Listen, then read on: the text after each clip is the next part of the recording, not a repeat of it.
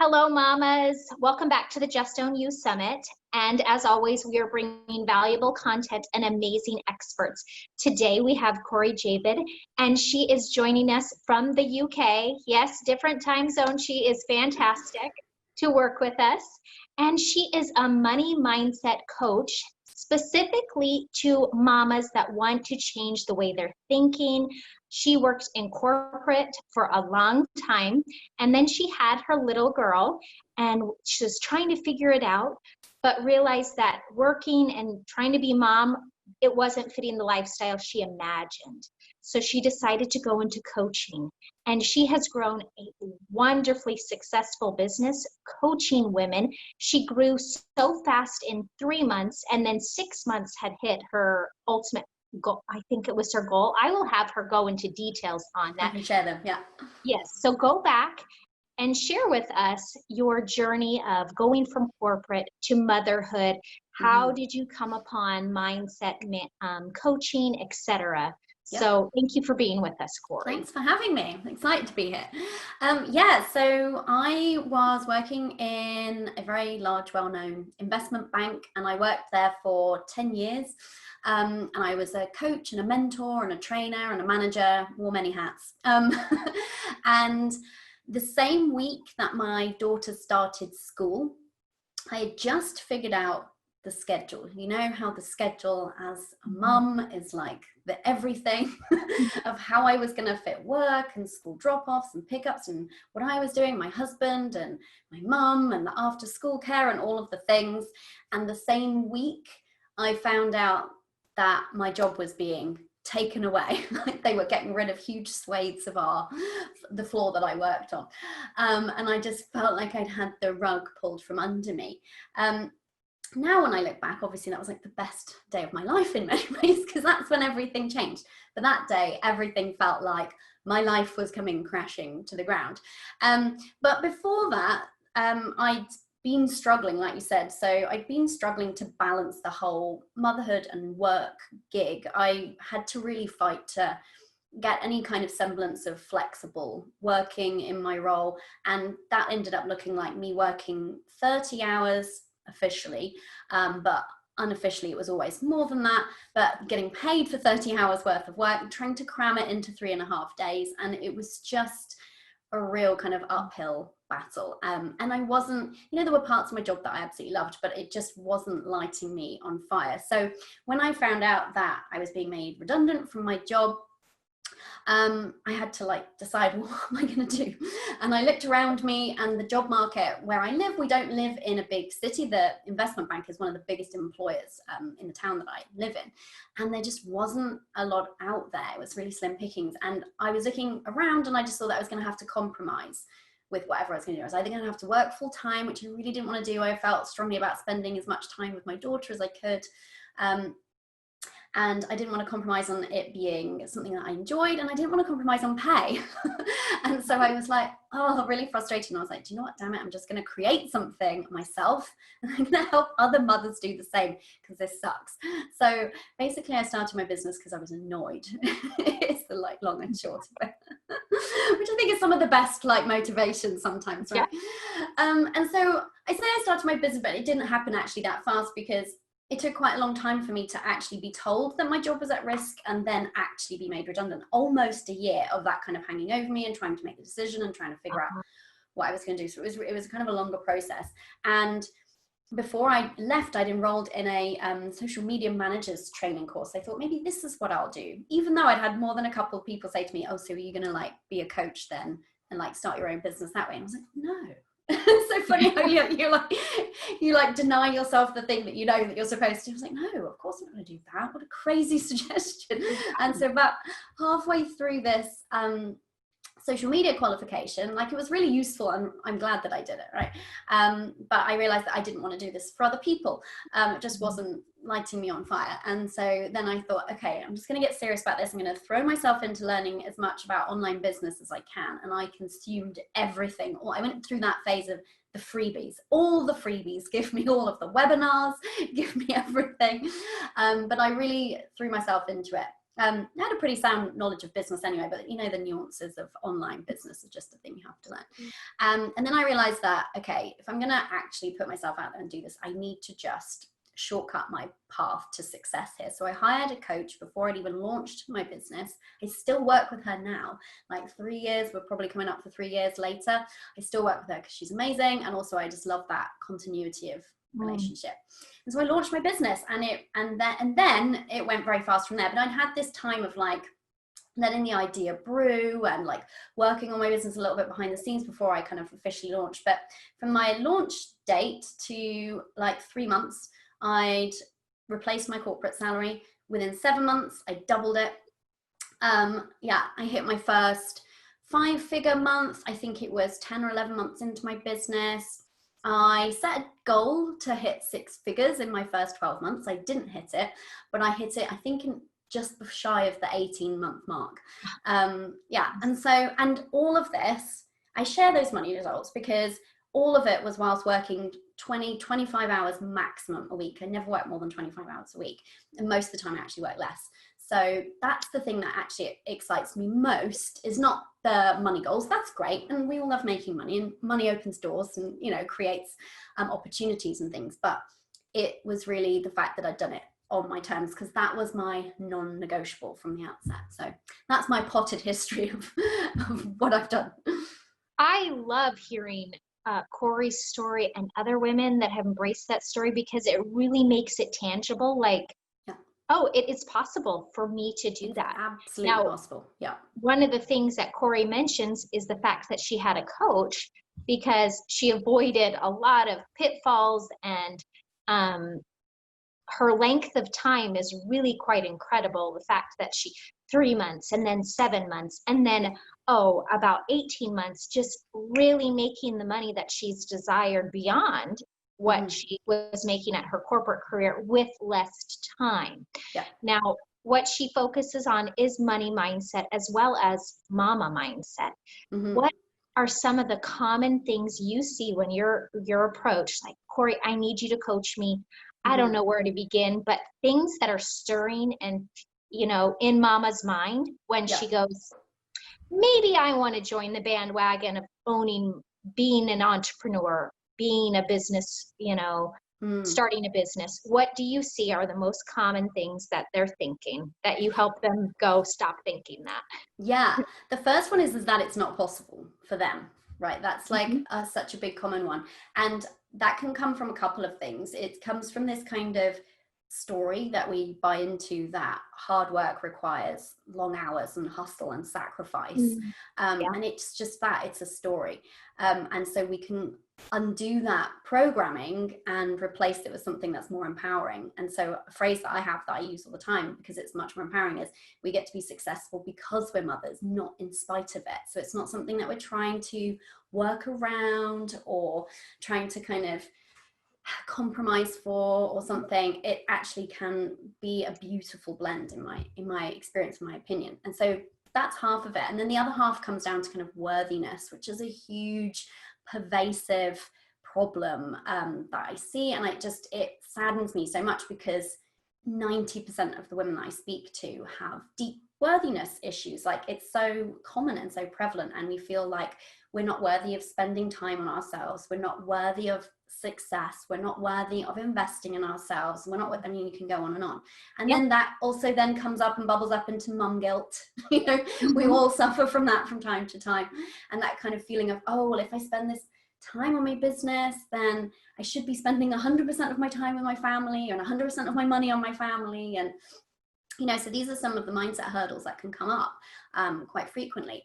And so kind of relating to all of that, one of the things that I really help mums with, so just to give you a bit of background here, so I had been like coaching around business, and I was calling myself a business coach for a really long time. And then I started to transition more and more into mindset, because it was the thing that really created those results for me, was my mindset and the work that I was doing. And I got really serious about mindset work before I'd even started my business. And I attribute so much of my fast success to the fact that my mind wasn't the thing holding me back. And that's what I see so often. People think that there's some strategy they need, some system they need that's going to be the thing that gets them to where they want to go. And it's never that.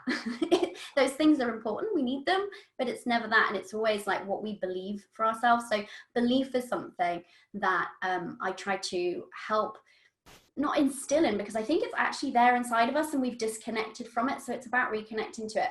But that's one of the things I really help my clients with. And that's why I kind of transitioned over time between less kind of business mentoring, and I still do that kind of just naturally and organically in my work. But as I kind of understood more and more and more how much of a game changer mindset is, and how much everything in our business is built on a foundation of what we believe we can have, what we believe is true in the world, and the kind of paradigms and belief systems we operate in, then I was like, okay, so this is really the thing. Like without this, you're kind of building on shaky foundations. And so belief's another thing. Belief in, yourself, belief in the fact that success is possible for you, belief in whatever is going to be empowering for you to believe ultimately, it's a big one. Yeah. So us moms, we want to be such fantastic moms. We want to really, try this new exciting adventure of business as well. Mm-hmm. And we're trying, I love how you talked about they have this worthiness issue. Well, mm-hmm. As a mom, we would never want our kids to think as they grow up, like, no, you shouldn't work. Yeah. You should not buy those new shoes that make you feel like $1 million. No, yeah. You should never do that. Your dreams aren't important. Yeah, the people around you, their dreams are more important. Yeah, exactly. Why? Yeah. Where does that come from? Yeah, where did you get that? It's hard. It's hard because it's so deeply like psychological, isn't it? But I think part of it comes from that, unfortunately, and like broad sweeping statements here, but in our society and in our cultures, women derive their value in relation to what they do or how they help other people, rather than their own particular like merit or value or worth. And we're always looking to find value or sort of have our validation granted from things outside of ourselves. And so by the very nature of that, we can kind of conclude that we're inherently then not quite worthy in and of ourselves. It's only when we're doing the things for the other people then we're worthy. And so we're kind of always trying to prove it outside of ourselves rather than finding it and just accepting it from within. Does that make sense? Wow, that is fantastic. And generally what I see in most entrepreneur women, they are serving other people. Yes. And how fulfilling that is. So that's really a unique perspective. And one of the things that my family and the coaches and things that we work with were always like, you know what? Do what you love. You will, and you will have a passion for it, and you will get paid handsomely for it. Yes. Because that's the way the world works. So when you're filling your cup and doing things to serve others, it always comes full circle. Yeah. And the mistake I think that it's easy to fall into is that as women who are like heart-centered people, and we love to serve others, and most of us start our businesses because we have a desire to help other people. Right. And that's like admirable and amazing, and like there's nothing wrong with that. But a mistake that it's easy to make is that we can feel like, oh, I'm doing this for my clients and I'm doing it to help my family. And we can lose ourselves in the middle. And it's easy to think that, well, that's where I need to put my attention and focus is on all of these things around me, my clients, my family, my friends, whatever, because I want to help them and I enjoy that and I derive so much pleasure from that. However, if we don't take care of ourselves first, that's like our mind, our body, our soul, the whole thing, then we can't actually show up for them all in the same way that we could if we put ourselves at the top of the priority list sometimes, Oh, absolutely. Now, through your journey of becoming the mindset guru that you are, did you have to go over hurdles, or were you already pretty aware of these things and they came naturally to you? Or did you have to break down some barriers and say, Corie, we don't do that? Oh, for sure. Yeah. I still am breaking down into internal barriers, because that's the thing with mindset work, is that it's never done. It's like, you don't just arrive at being physically fit and then you go home and never go to the gym or go for a run ever again, right? It's the same with mindset. And so I find that now I'm great at maintaining a generally high level of mindset in terms of like, it's serving me well and I feel good most of the time. I feel like generally content. I always say, I think contentment is underrated. Like, you know, it's not something that people are really like pushing for, striving for. And I'm like, but how many people can say that they're actually just genuinely content? Like most of the time, like, I'm like, that's a win in my book. So I'm good at maintaining, but I will absolutely happily admit that, you know, if I'm striving to do something new, or I'm pushing myself outside of my comfort zone, which we have to all the time as entrepreneurs, right? That's how we get to the next level. Or I'm working towards a stretch money goal. Of course, I have money mindset stuff, and all sorts of weird things can come out of your psyche when you're afraid because you're doing something new. And that's just the kind of the game. And at this point now, I see it more of a game. And initially, it's kind of like, it can feel like a little bit harder sometimes if you're new to mindset work, because sometimes like some of those like things can come up around like worthiness and things, and it can take a little bit to really kind of switch your beliefs and thinking around to something that's more supportive, and to sort of stop the negative self-talk and things that are kind of dragging you down and holding you back. Once you're through that, and then you're kind of just maintaining a decent level of mindset and supportive thoughts most of the time, and then that becomes kind of easy to kind of continue to cultivate. But there's still stuff that comes up that has to be dealt with, but it doesn't seem as serious because you see it for what it is. You feel separated from, oh, that's that thing that my brain does sometimes to try and keep you safe. You're not kind of in it, if that makes sense. You can kind of detach from it a little bit. And then with all of the kind of tools and things that I've developed, I just very fast at shifting through it. So it doesn't bother me when it comes up, if that makes sense. No, that's fantastic. That you've created processes in your mind and probably routines to help you to not fall down that path. Yeah. Now, how do you not fall down the path of mom guilt? Because how old is your little girl now? She's 8 now. Yeah. 8. Yes. So they're a little more independent at that age. More, you know what? I see a lot of mom guilt, like when they're super little. Yes. Yeah. You know, very it's really strong then, isn't it? Yeah. It is. And as they get more independent, we feel like, oh, I can be a little bit more independent, even though it's hard to let go. Yeah. How did you work through that? Or what do you suggest in those situations? Yeah, I think the thing with mum guilt, in terms of getting sort of helping work through it, the first thing is to kind of understand where it comes from. Because I think when we understand it, then it's easier to kind of reframe it or feel detached from it and not feel so sort of immersed in it. And really, when we think about guilt, it's a kind of biological instinct, and it's to stop us from physically neglecting our offspring. Because, you know, when you think about days when we were like cave people, like we didn't want to neglect them and die, so that they died, right? So like extreme. And a lot of our instincts and things come from those kind of survival instincts within us.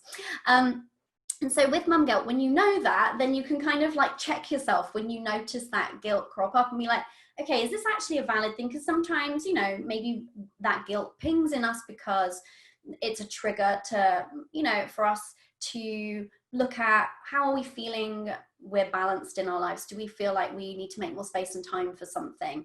And is that why we're feeling guilty? You know, if I'm guilty because I snapped at my family, you feel that kind of guilt sometimes, then I'm like, maybe I need some time actually on my own to kind of reset, and that's what I need. So sometimes it's an invitation to look at, do I need to like adjust my balance a little bit? Is there something that I need to do? Maybe I just need to make an effort to be more present with my daughter, you know. So sometimes there's a kind of a genuine thing there that we can look at, but a lot of the time it is fear by another guise as well. So I think sometimes mum guilt can come and be a kind of like a sneaky one, because it's such an easy go-to to be the thing why I'm not going to go and do the hard or scary thing maybe in my business because I can't, because my kids need me and stuff, you know. So I think it's kind of being curious with any mindset work, is being curious when that comes up, like, is there anything underneath that at play? You know, is it valid? Is there anything underneath it? Can I reframe this and then move forward? Because sometimes there is something there that we can look at, and sometimes it's actually just something that's put on the cloak of mum guilt, and we can actually, you know, peer underneath and we're like, oh, it's actually really, if I'm being honest with myself, that I don't want to do that thing, but I'm using the guilt to stop me. So I'll give you a quick example. A client of mine, she had been working on manifesting tickets to this big conference that was huge in her particular niche, and it involved like a flight, obviously this was before lockdown, a flight and an overnight stay for a couple of nights, and she was really looking forward to it. It'd been this thing that had been like on her vision board for a couple of years, and she made it happen, and she was so excited. And the day before she was like, I don't know if I'm gonna go. And I was like, why? And she was like, well, my son is sick. And I was like, oh no, is he okay? And she was like, well, yeah, he's just got a cold. And I was like, okay. so talk me through this. And she's like, no, I just feel so guilty leaving him. I was like, your husband's with him, right? And she was like, yeah. And I was like, do you think maybe you're not allowing yourself to enjoy this, and you're not allowing yourself to receive the gift of the time away and feeling worthy around actually having that feels like an indulgence and stuff? She's like, oh my God, you're so right. And I was like, do you think the mum guilt is a way of kind of sabotaging it so that you still go but don't fully enjoy it because you're not giving yourself permission just to fully enjoy it? And she was like, oh my God, you're so right. And so sometimes when we can see what's underneath, then you can just let it go quite quickly and go, do you know what? I'm going. He's only got a cold. He's going to be fine with his dad. You know, I'm going to go and I'm going to allow myself to enjoy it fully. So. Wow, people, mamas. Corie just really unleashed so many great things for us to think about. I love the fact that when it comes in, let's really analyze where it came from. Yep. Wow. Whoa. I love it because I'm going to be analyzing when it creeps in. Yes. Yeah. She went through like 3 steps. Like maybe it's you're scared of something. Maybe it's because you do need to spend some time, or maybe you need alone time. Yeah. Or you really do need more of that, that work time in your life. I love the fact that she went through a whole, but this is what you get with Corie. You just like, I'm taking notes while she's talking because I'm like, yes, this is fantastic. So that is so true. When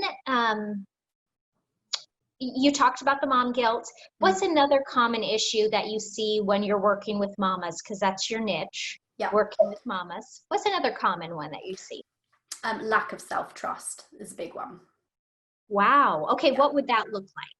That can look like all sorts of things, but it can look like procrastination because of a fear of making decisions, but it comes down to like self-trust, not investing in things, and again that comes back to kind of decision making, but kind of like fearing taking leaps, fearing decisions, fearing taking certain actions because of a kind of lack of trust in yourself that you're not going to actually show up for it, or you're not going to make the right decision, or you're going to beat yourself up about it. And that's a kind of a thing that doesn't get often kind of seen as being related. But if you are in a habit of negative self-talk, then of course that can really hold you back, because you think about something that you want to do. Say you decide you're going to do a series of live streams, and then the negative self-talk starts, and like, oh, you're never going to do well at that, you're going to mess it up, and then maybe you decide to cancel the first one because you've been freaking yourself out because of the negative self-talk. Then you erode that trust with yourself even more, and the negative self-talk says, see, you can't even show up for the things that you said you would show up for, and then you beat yourself up. And when we beat ourselves up, I always am saying this to my audience and my clients, I'm always saying there is nothing to be gained from beating ourselves up. It is the biggest waste of energy. It's an energy drain, and there's nothing that we can take away from it. We can take a lesson from a mistake and a failure, and we absolutely should. It's part of business as we fail along the way, right? That's how we learn. But if we beat ourselves up, we're slowing ourselves down, and often we're like masking the lesson that's there because we're so in our head about how terrible we're making ourselves feel. But if you can trust yourself to figure things out, trust yourself to be okay regardless of if something doesn't go the way that you'd planned it, trust yourself to not beat yourself up. That is huge. That is such a game changer for women, for the women that I've been working with, because it means everything in business. When you can trust yourself and back yourself, then you aren't slowing yourself down so much with all of this like I said, negative self-talk that comes with a lack of trust. And it just makes doing business so much easier. So that trust can show up in like not taking action and avoiding actions. And like I said, not making decisions or worrying about decisions, or, and then it's just enhanced by this self-criticism, and it's just further eroding your sense of trust with yourself. So if you can like start to foster trust with yourself and start to look for ways that you can trust yourself, and oh see, I said I was going to do that thing and I honored that commitment that I made to myself, see, I get to trust myself next time. Or you notice yourself about to trash talk yourself on something that happened, you go, no, that's a waste of my time and energy. I'm kind to myself. I'm my own best friend. I'm my own best boss. These are great things that we can be doing to kind of rebuild that sense of trust with ourselves. And once you've rebuilt it, it means that literally the sky is the limit, because so much of what holds us back mindset wise is a lack of trust that we have the answers within ourselves. Because you know, I was saying that it's so easy for us to feel like we're seeking the answers outside of ourselves all the time. Like maybe that person with their perfect system, if I just copy it, then I'll do it. But really it comes down to kind of trusting your own instincts and trusting a sense of judgment and trusting that guidance will show up for you when you are in that sense of trust and belief. It's huge, absolutely huge. So that's another big one. I love that. Being able to trust ourselves. I like that the fact, and I bet you see this all the time, like we have an intuition, then we'll ask our spouse or something, and then, but if you have Corie in your court, then you'll be like, oh, Corie said to do this, I'm going to take it and I'm going to run with it. That other person that sees the outside really makes a difference for you to conquer things. Because sometimes if mom or husband or a sister or something, yeah, do it, or don't do it or something. But when you say it or somebody beyond says things, then we feel like we can trust what they say a little bit more, and then we'll take that leap of faith. So having you as a coach helps them progress faster, building that trust in themselves that sometimes we need somebody arm in arm that's not our spouse. Same thing that has that outside view more, and not like emotionally involved in it. That's the thing as well. And you know, our spouses and people in our lives want to protect us and keep us safe, and they have their own fears and their own mindset stuff that they bring to the table, because we're all human, right? And so the problem is if we are going to people outside, you know, people in our lives for advice a lot of the time, especially if they're not in an online business space and things, then what we're doing is we're kind of like drowning out our internal instinct and voice by going to all these different people, and then we become more confused, you know, and then it also becomes wrapped up in our relationship with them, and we don't want to disappoint them by not following their advice, and it becomes very complicated rather than just having somebody. So I see my job is kind of like, if you need to borrow my belief, borrow it. I've got it by the bucket load for you, and you work with women that I believe in. Hey, I believe in everybody really ultimately, but, but you know, and until you've built that up in yourself. But also my job is to kind of like point out when you're not trusting yourself and say, hey, are you doing that because you think you should be doing it, or it's the right thing, or are you doing that because it feels good to you and it feels like the right thing? And those are the questions I'm always bringing my clients back to, so that they can learn to like tune in to what's inside them and start to see that they can trust it. So we're very intuitive creatures as women. Like it's in there in us and it can be really strong, but we're so taught to kind of not listen to it and to cancel it out and to look outside of ourselves. So the more we can go back internally and tap into that intuition, the more it serves us as business owners. It's incredible. I love that. I love that, because then that ties into when you start trusting yourself, you build more confidence in yourself. Because confidence is built little by little, keeping promises to yourself, trusting in yourself, etc. Beautiful, Corie, beautiful. One of the things that Corie does is she puts together beautiful templates that are super easy to follow on specific topics. And go ahead and tell us some of the topics that you have on your website. So I see them as like shortcuts. So things that you kind of like know that you want to get done in your business, when you're like, I can't be bothered to figure this out on my own. Let me just borrow somebody's system that already works. So we have all sorts of things in there. So we have some things on the kind of more the mindset and the more energetic side of things. So like a template on like manifesting your money goals. I've got a template which helps you to create your own guided meditation so that you can be rewiring your brain for positive, empowering things as you go to sleep.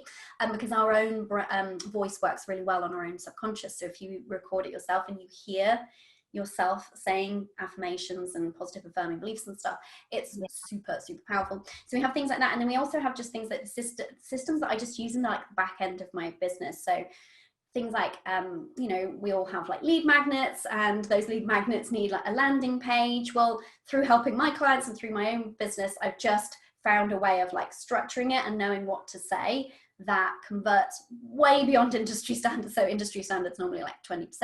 Mine and my clients always convert it around 60 or 70% using this template. I've had people buy it and say the same. So just things like that, you know, it's, if you've already decided you want a lead magnet, you want a landing page, like why like spend all of that time testing, tweaking, refining? I've already done it. I've been through that pain, just have it. And I feel really strong. So I was doing this for my clients, for my one-to-one clients, because I just have that, it's from like, it's a corporate hangover. I can't help but make things into a process. If I've done it once, I don't want to be thinking about it again. I just want something replicable. And so I was sharing it with my one-to-one clients. And then I thought, actually, I could just sell these. Like, more people should have these. Like, I hate the idea of somebody wasting time. And so I made them all $47 because I thought I just want them to be just super easy, plug and play, or download, follow the steps, done. Like just these little shortcuts that as mums and entrepreneurs, we need those shortcuts, right? So yes, we have a few of them like that. Yeah. So the freebie Corie is giving away is it's called the morning mindset routine. So mamas, we all want to slay our day. We have the best intentions where we're like, when we go to bed, I'm going to wake up and we make our list, and this is going to happen, this can happen, this can happen. Yeah. And then sometimes it's like, none of that happened. And we get so upset. So she's got this beautiful template. Tell us about it. Yeah. And then reminder, I'll tell you right now, the link is below. Put your email address in and you will get the link directly sent so that you can click on it and go to Corie's website and get the link for this amazing template. So go ahead and tell us about it, Corie. Yeah.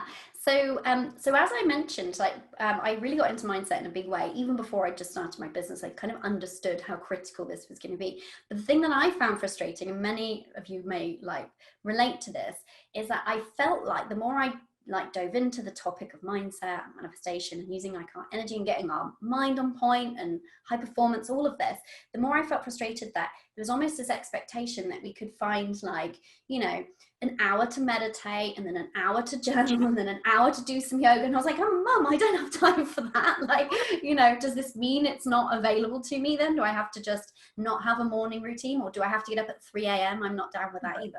So, and especially when you start getting to an age where your child doesn't wake up at the crack of dawn, the last thing you want to do is voluntarily wake up at the crack of dawn.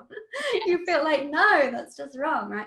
And so I, through trial and error, ended up sort of understanding really what the purpose of mindset work is. And so I always think the purpose of mindset work is actually just two things. And I think that gets so lost. So I'll share that super quickly. But one is that we need to change our state. So the energy that we have. So that can be something as quick and as simple as doing 10 jumping jacks. Something that just gets your state changed. It could be putting on a really great song or watching a funny cat clip on YouTube. You know, just anything that elevates your mood and changes your state. So that's one purpose of mindset work. And the other is the way that I say it is like you get out in front of your thoughts, as you're more proactive with what you're thinking, because what you think leads into how you feel and think together, they combine to create the energy that you bring to the actions that you take. And then of course those actions dictate your outcomes, which dictate your experience. So if we start at the root, which is our thoughts, then we're getting like ahead of the game, and we can bring our A game, so we can make the most of our time in business as a mother. So I was like trial and erroring my way, as I have done with things in business, to find a morning mindset routine that actually worked, that fit into my busy schedule as a mum, trying to get my daughter out the door for school sometimes. You know how these things can be, like, has everyone got the right things? And it didn't require me to wake up at like 4 a.m. or spend hours. And once I nailed it, then I was like, oh, well, now this is so easy. So I want to help other mums to find a way to create a mindset routine that works for them in the way that they run their lives. And also, you know, I'm not going to tell anybody, well, you must journal, because there's lots of different ways of working on your mindset. And, you know, you could mix it up every day. You could find one thing and absolutely love it. But the point is just finding what works for you. And so I created the template so that you can borrow my routine. You can see exactly. So on the day that I wrote it, I wrote in there exactly what I had done. And my routine, the structure of it is always the same, but then some of the things that I swap in and out are differently. So I share that so that you can take it, use it for inspiration to create your own. And then I give some great tips as well about forming a habit so that it just becomes natural, so that you're not even thinking about, will I, won't I do my morning mindset routine? It just gets done. And then when you do it, then you become addicted to it, because you start seeing the results like I've seen, right? So there's no way I'm not doing my morning routine now. Right. Yeah. I love that. So again, mamas, I want you to put your email down below so you can quickly get over to that template and start slaying your morning, because as we all know, when we have a good morning, it really sets the rest of the day. Really and does. when mornings are crazy and chaotic, we can handle them better when we're set to go. Yes. Especially with kiddos, just because life happens. Absolutely. It doesn't mean that, you know, that you're not supposed to do XYZ. It's just sometimes sequence of events happen. Yep. To make that happen. And then Corie wants you to ultimately become your best self, loving being a mother, and also making your money goals as well. So you can have it all. Literally, we've been taught that you can't, but you can. It's a lie. So, yeah, we can. Exactly. So Corie, tell them where they can find you on social media, your website, everything. Yeah, so my website is coriejavid.com, and you can come and listen to my podcast, which is the Limitless Mother podcast, which you can find me on iTunes, Stitcher, anywhere that plays podcasts, we're there. And hang out with me on Instagram. I'm at Corie Javid over there. On Facebook, I'm at Corie A Javid. You know how Facebook can be sometimes, so I have the A in the middle. And I have a Facebook group over there as well called Limitless Mothers. So if you look for like Limitless Mothers or the Limitless Mother podcast, you'll find me, or just put my name in Google, you'll find me that way too. Perfect. Great way to end is, let's be limitless. Let's really take what Corie teaches and let's own it, ladies. So thank you for joining us today. Put your email below, and we will look forward to seeing you guys tomorrow.